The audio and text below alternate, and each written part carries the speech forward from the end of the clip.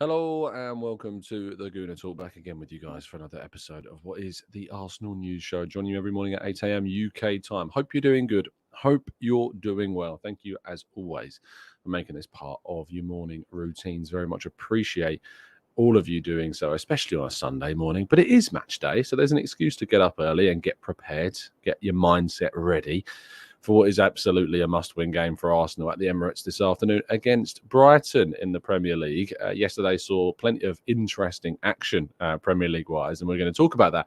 And, of course, all the latest Arsenal situations and transfer news as well. If you could drop a like on the video, I'd very much appreciate it. And if you could subscribe to the channel as well, that would also be appreciated too.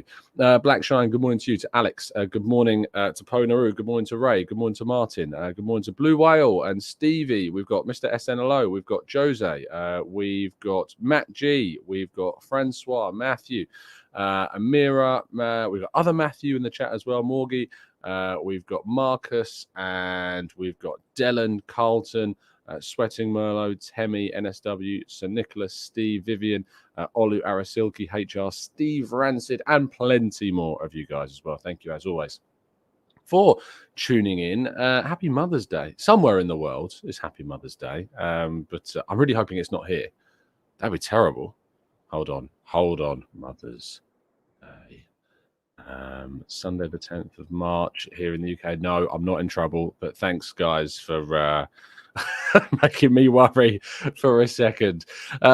Let's jump into our stories then and go through what, first of all, is yesterday's action. Chelsea and Spurs dropped points, which means that in London, Champions League exclusivity will be awarded to Arsenal. No Chelsea in the Champions League, no Spurs in the Champions League, no nada.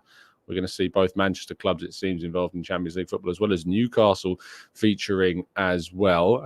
But Chelsea's 2-2 draw of Nottingham Forest leaves them in a very good position themselves, of course, sitting 3 points above Leeds, who also managed to take a point away against Newcastle. That will frustrate Forest because they'll feel as though that Newcastle game was something that Leeds would be able to get 0 points from. Yeah. Forest, having lived there for 3 years, I'm kind of hoping they stay up. But next week, when Arsenal go to Nottingham, I'm hoping for 3 points for the Arsenal, obviously. But if there's anything else that can happen for this season, for me, it would be seeing Forest stay up. So getting a big result against Chelsea was very much appreciated on that end. Spurs, of course, losing to Aston Villa leaves them in a precarious position with their Europa League qualification. They are level on points of Aston Villa with a 2+ goal difference better off than Villa. Liverpool seem at this moment in time too far and away. Brighton, however, could still catch them. They're 2 points behind both Villa and Spurs and have played 3 games left. But one of those games is against Arsenal today as well. Manchester City will go to Everton later on this afternoon before Arsenal play. And I think plenty of Arsenal fans are hoping that Mikel Arteta's former club can do us a serious favour. Let's keep those fingers significantly crossed and hope that that is indeed going to be the case. Now, Pochettino is set to become Chelsea's new manager. Of course, this is the Arsenal News Show, but Chelsea will indeed be a challenger, it seems, next season, with Pochettino looking to rival Arsenal in and up the table. I'm relatively fine with this appointment. Maybe I'll come to eat those words in the future, but I'm kind of okay with it. Pedigree-wise, of course, he went to PSG and did manage to get a trophy, which he wasn't able to do at Spurs, and of course managed to kind of oversee Spurs' not overtaking of Arsenal historically, but certainly in the league, and kicked off their 6-year dominance that ended in this specific season. But Pochettino going into Chelsea, it'll be interesting to see where that ends up. Now, further confirmation has come out of the Moussa Diaby interest and that of what Arsenal have. We've got Christian Falk of Head of Football at Sport Build discussing this. He says there are 3 clubs with concrete interest in Bayer Leverkusen's Moussa Diaby as things stand. One is Arsenal, one is PSG, and the third is Newcastle. Newcastle have been interested for a long time, and now they're gearing up to have another go at signing him. And we heard they're preparing a bid of around 60 million euros. So it seems if Arsenal want to get hold of the French international, they are going to have to rival their Premier League rivals for him to try and spend a serious amount of money to get Moussa Diaby through the door. It's going to be expensive for whoever looks to bring him in. Now, there is further discussions around Simakan, Mohamed Simakan, the RB Leipzig, and again, another French international defender. Ed Aarons of The Guardian initially reported this, but we're hearing further confirmation outside of just England. We're seeing it from France now. We've seen it from Mercato.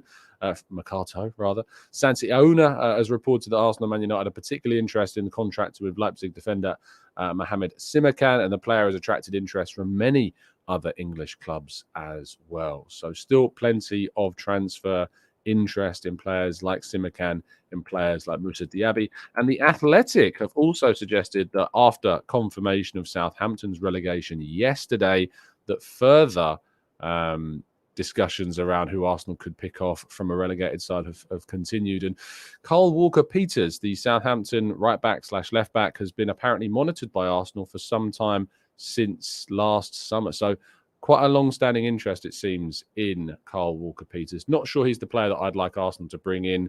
I'm not sure he's at the level that would bring us kind of the competitive nature that I'm looking for at Arsenal. But Arsenal looking to try and bring in competitive options, it seems, of a Premier League calibre into the team in the fullback areas for next season. Now, Mikel Arteta, of course, did his press conference on Friday, but there was some embargoed lines that only released late last night. He discussed Leandro Trossard, in which he talked about the deal which saw him join from Brighton. He says there was a situation there we wanted and the player, and they were okay to sell the player. And when that happens, everybody is happy. And I love to have him in the squad. He has been great, and you can see the contribution that he has made. He was asked about the Premier League title race, in which he went on to discuss, I don't even want to think about losing it because the stakes are huge and we are full of enthusiasm to get that prize in the best possible way. To do that, we have to win our matches, and the first one is Brighton, and they are fighting for something very important. That is what is going to make this really complicated. He continued to say, we are going to continue to dig, and maybe the prize is there. We don't know if they're in terms of points and their points from somewhere else, but we are going to continue to just dig in, just in case we can get where we want to get to and make sure that we can do our best. So still very much with the mindset of trying to win the title. We can keep those fingers crossed that that is going to be the case, but it seems like it's going to be very much reliant upon Man City, and they play Everton, as I say, later on this afternoon. Difficult test for them, but and they've already dropped points to Everton this season. Frank Lampard's Everton, believe it or not, but still there remains question marks. Now, obviously, our headline story to discuss is the inclusion of Alexander Zinchenko in training. Now, David Ornstein reported last week that his season had been ruled out alongside William Saliba. Arteta on Friday dismissed this and suggested that they didn't want to rule anything out or make any confirmed decisions. And Zinchenko's presence in training on Friday and Saturday seemed to suggest that actually he is indeed a player that could yet play for Arsenal between now and the end of the season. Ryan Taylor of The Express, though, did report yesterday that despite his inclusion in training, it's unlikely he'll be involved in today's game. We'll wait and see for those squad lists to come out. But Zinchenko being involved is a big, big bonus to the Arsenal team. A big, big bonus to your internet security could be the use of NordVPN. Of course, a fantastic VPN service that brings you all of the safety and security that you need whilst surfing the net. If you go to nordvpn.com/Gooner, you can get yourself a significant discount off, of course, a subscription for a 1 or 2 year plan. And not only does it bring you that security, but it gives you the superpower of changing your geolocation on your tablet, your laptop, or indeed your phone mobile device as well. So make sure you don't miss out. nordvpn.com/Gooner. Get yourself the must-have VPN service for yourself. And we continue to promote the Thierry Henry prize, courtesy of Football Prizes, signed and framed shirt, along with a television screen playing his best highlights. You can also win a signed Tony Adams custom framed shirt as well. And Arsenal's Club Shop vouchers, two £25 vouchers are available in the prize set, as well as Football Prizes site credit as well, so that you can enter future competitions. Make sure you get involved. Not long left on this competition, and you've still got a great chance of winning it as well. Right, let's go to part 2 and your questions right after this.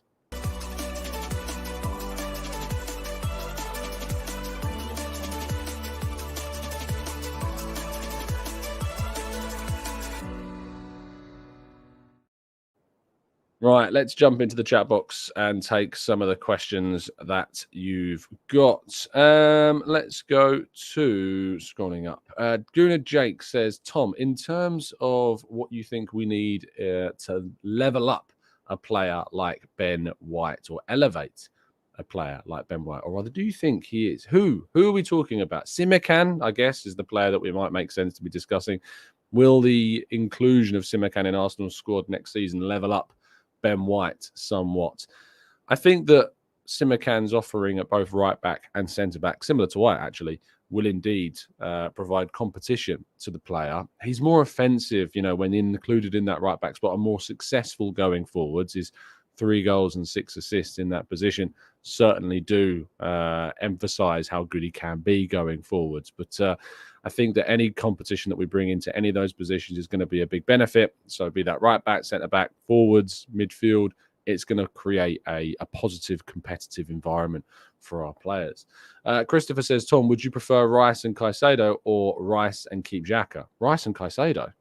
If you offered me Rice and Caicedo or Rice and Xhaka, obviously I'd rather go for the 2 players that are going to lower the age profile of the squad and give us that quality guarantee into the future. So yeah, Rice and Caicedo, absolutely. But I'd like to see Xhaka stay and us to go and invest in those 2 players anyway, just to give us that amount of kind of continuity, if you like. That's the word I was looking for.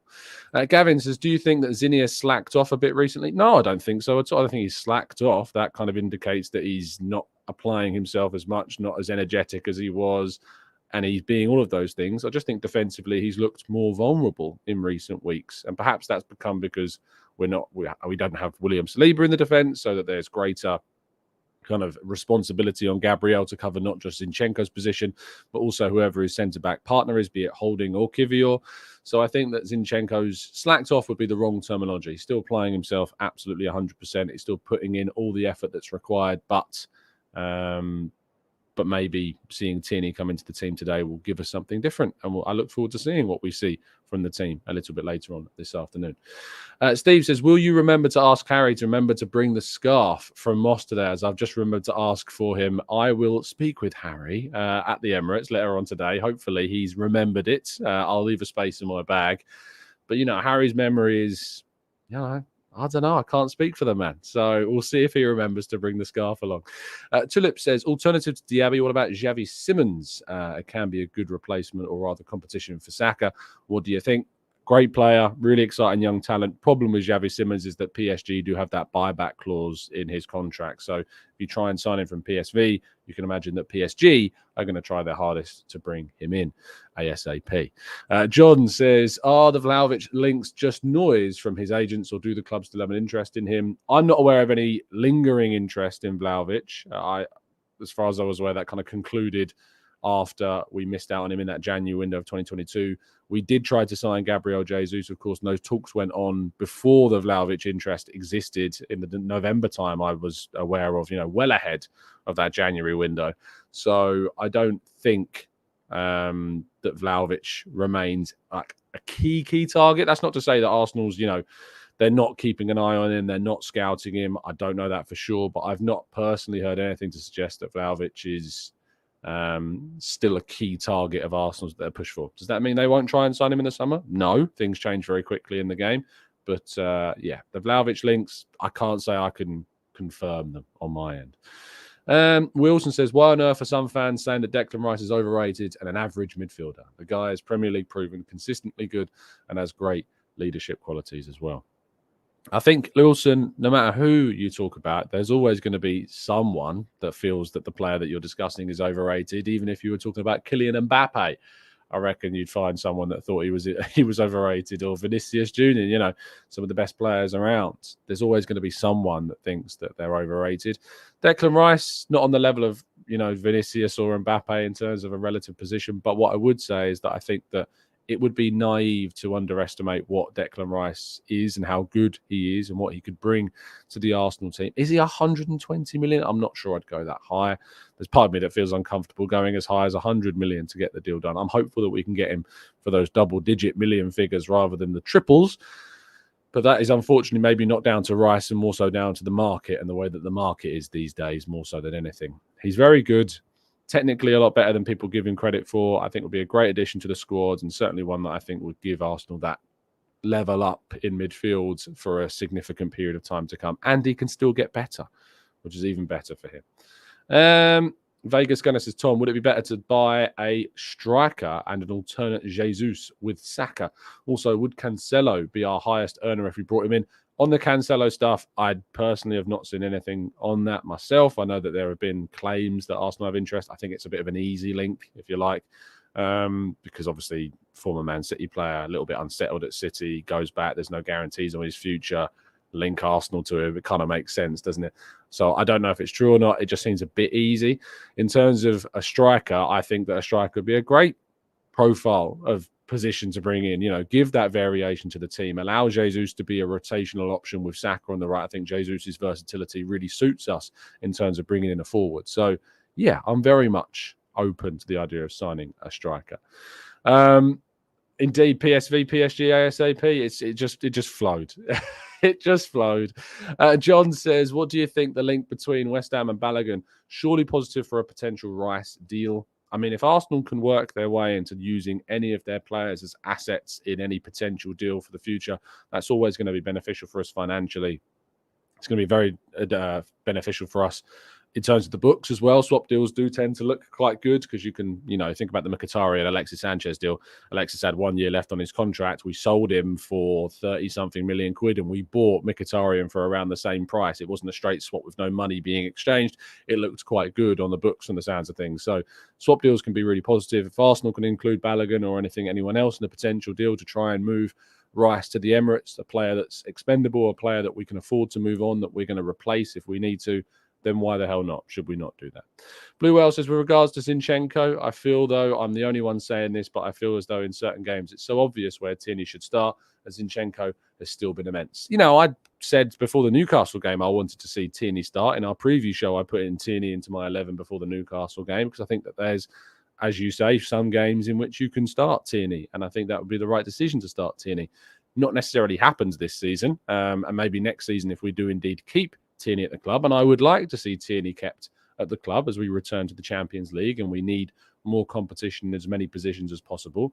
He's under a contract. Arsenal are going to have to be tempted by a very big offer if they are to sell. And if they do sell, then we need to look at bringing in somebody that can do it. Akmal says, I think Tom Canton is overrated. Yeah, that guy. So overrated. He's worth a couple of likes on YouTube. That's about it. So if you could do that, that'd be great. Real Yannis says, Lacazette has 24 goals. Does that show maybe Balogun is fantastic, but maybe not necessarily what we need as a backup? No. This is a angle that I have seen peddled online on social media a bit. What the Lacazette situation shows you is about how important it is to find a player that suits the system. Now, Lacazette coming into Arsenal never really was able to succeed in what we did. Bring him into that Lyon team, orchestrate a side that's going to work around him and funnel chances into him, and he's going to give you great opportunities to score goals. He also is a lot happier. Player content, how content the player is going to really boost things too. And at Lyon, he knows he's the main man, and this is why I have a little bit of a concern about players like Ivan Toney or Wilfried Zaha, for instance, because when you're the main man, the main profile, and teams are kind of funneled into providing chances for single forwards or talismanic figures in teams, sometimes that makes me a bit concerned and a bit wary of what they might do. There's no guarantee. You remember the classic line is always something on the lines of, if Tony's scoring 20 goals at Brentford, just imagine what he could do at Arsenal. Well, if Lacazette's scoring 24 goals at Lyon, imagine what you could do. Oh, wait, he scored like less than 10. So it's not as easy as it seems on paper to just assume that a player playing at one club, if they move to a bigger, better, more frequently chance-creating side, that they're going to do better. It's all about the situation, the context, how a player fits into a group, and that's why Arsenal need to be really careful about who they always look to sign. That's why it might seem obvious to you that Arsenal, why haven't they signed this player? Why didn't they go for this player? In reality, they're trying to do the work behind the scenes to find out who is the best fit, who suits the style of play that Arteta orchestrates on the field, who is going to suit playing in this Arsenal team the most. And Balogun scoring a lot of goals. Is there part of that to do because he's going up against oppositions that are not as good as they are in the Premier League? Sure. But I wouldn't say that the Liga is, is a step down from the Championship where he scored less goals. I think that Liga is a competitive, physical league that provides a significant challenge to any player that goes there, especially going to a side like Reims, who, expectations-wise are looking at mid-table and, sometimes even avoiding relegation or trying to push for European places. He's done really well. The situation has suited him. Can you find a way of suiting Balogun to the Arsenal system? I think there's potential there. Do I see it happening? I don't think so. I think that Arteta's probably going to look to move him on. I think that Balogun will probably want to move on. So all of those things make it very difficult. I hope that makes sense. Let's go to Marcus says, how did the golf go? Maybe we should start with the TT pitch and putt today. It was okay. It weren't great. It wasn't my best one. It's funny, like the score that I got was like my personal best, like a month or two ago. And yeah, I feel like I'm playing really badly in a round. And then all of a sudden you get a score up and you're like, oh, that's actually not bad. It's weird. It's golf is a strange sport, that's for sure. Marcus says, you covered Walker Peters, but is there anyone from Southampton we should go for? The obvious one is Lavia. If we want a centre-back competition, I think Bella Kotchap is a really exciting talent as well. Daniel says, the TGT Hitman is here. There's 518 of you watching, but only 56 people have liked the video. Don't make me come looking, as it's Sunday and I need some rest. Don't make Daniel get off his ass and come find you to make you like a video. Just put him out of his misery and just press the like button. We would very much appreciate that. And if you're on the audio platforms, leave us a 5-star review. You can do that too. Any way that you can do to help support the cause is always appreciated. Let's go to Ronald says, Tom, how much do you think will leave in the summer and how much we will get? Oh, how many players do you think will leave? I think is what you meant, Ronald. And how much do you think we'll get? We've done this a few times. I'm planning on doing at the end of the season kind of a big in-out style video with a couple of guests to discuss this. I think we'll get rid of a fair few. I think expectations on money, I'd like to keep Balogun and Tierney, and they're the two most sellable assets in terms of money that we could probably move on. And Nketiah being maybe another. It's difficult to see other players like Pepe or Tavares or Lokonga or Rob Holding, Marquinhos potentially. It's difficult to see them getting a lot of money. If you're able to move on Tierney and Balogun, then you're looking at trying to get I'd look between 70 to 80 million for the pair. That's what I would be expecting for those two, is between 70 and 80 million. If you ended up getting 50 million for Tierney and Balogun, that's not good enough. And there are suitors. So the argument of there's not, we haven't got good players and clubs don't want them. Balogun and Tierney are good. You want to be getting at least around 70 million quid for both of those players. So that's the target. That's the expectation for me. But yeah, as Matt G says, don't forget Nuno Tavares going for 40 million. Oh, you guys. Oh, hang your heads in shame. Do you remember those days? Oh, we'll be getting 40 million for Nuno Tavares. Yes, I tried to warn you. I tried to tell you. Louis says, we could sign Leanco just to see him rot. No, it's better to see him rot in the Championship, mate. I don't think I've ever been happier to see a player get relegated than Leanco. I'm so glad he's going down. See you later, mate.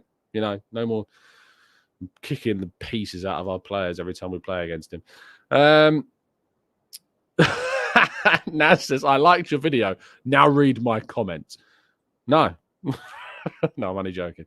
Is there a chance of an overhaul in midfield? Xhaka and Partey going and we bring in 3 more, Rice, Caicedo, Gundogan.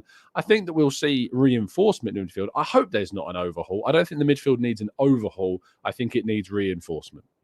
I've talked about this at length. I don't think you should replace. You need to reinforce. And if you can do that, you'll be in a much better position for it. Christian says, I feel like Aston Villa will go for Emile Smith-Rowe. It could be the perfect club for him. I think they might come back in for him, sure. It'll be interesting to see if he stays between now and the end of the summer. I think he just needs a pre-season, get him back, clean slate, restart again, refurbish his career at Arsenal. He had a really poor season because of injury. He was missing for most of it, and Arteta hasn't given him too many chances. Fresh, clean new season, new Smith-Rowe, great asset to the club, would keep him, don't need to sell him unless it's for a stupid amount of money. Let's just see how it goes. I think we might end the show there. I've got lots to do because I'm working. I've got to get up to London. Got to play. No playing golf today, unfortunately. But certainly got to be prepped and ready to go to the Emirates a little bit later on this afternoon. Thank you, everybody, for tuning in. Very much appreciate your time. Let's keep those fingers crossed, not only for an Arsenal win, but for a Man City draw or loss. Everton, we know you can beat a side top of the table. So I want to see that happen again, please. You've got no excuse. You need the points. Go get it done. Take points off them, please. Thank you very much. Thank you, everybody that's tuned in. Drop a like if you haven't done so already. Subscribe to the channel if you're new.